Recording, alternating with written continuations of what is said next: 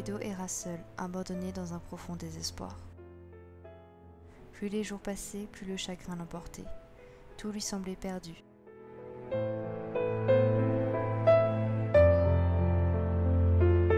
Jusqu'au jour où il fit la rencontre de Jera. Jera était un fier poney blanc dont le pelage semblait éclairer la pénombre de la forêt. Le poney était loin d'être une menace pour Raïdo. Bien au contraire, il connaissait Agalaz et ses méfaits. Il prit le poulain sous sa tutelle et le forma.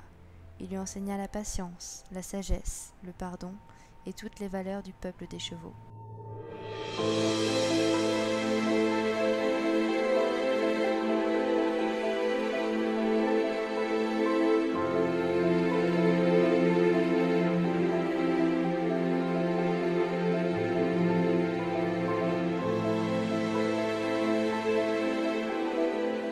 Leur voyage leur fit gagner le cœur des montagnes, là où Jera lui conta l'histoire de son passé.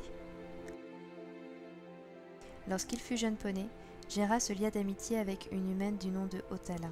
Cette petite fille devint très vite sa raison d'être. Il la menait là où elle le souhaitait. Il la réconfortait, l'écoutait et l'aimait. Mais la petite Otala grandit très vite et il devint de plus en plus difficile pour Jera de la porter sur son dos. C'est ainsi qu'ils firent la rencontre d'Agalaz, un jeune étalon qui se prit d'amitié lui aussi pour la belle Otala. Jera garda les deux enfants sous son aile pour les protéger et les faire grandir.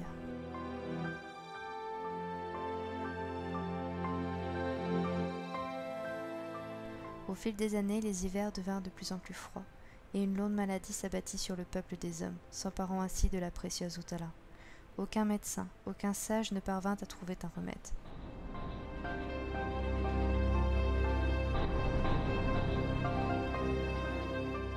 Jera attendait alors le douloureux jour des adieux. Mais Agalaz, lui, n'acceptait pas l'idée de perdre sa précieuse amie.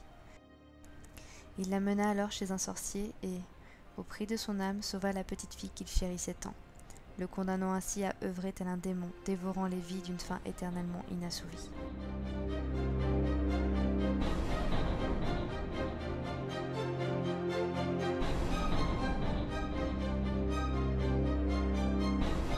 Avant que la malédiction ne noircisse complètement son cœur, il prit le temps de suffisamment s'éloigner d'Otala afin de ne jamais lui faire le moindre mal.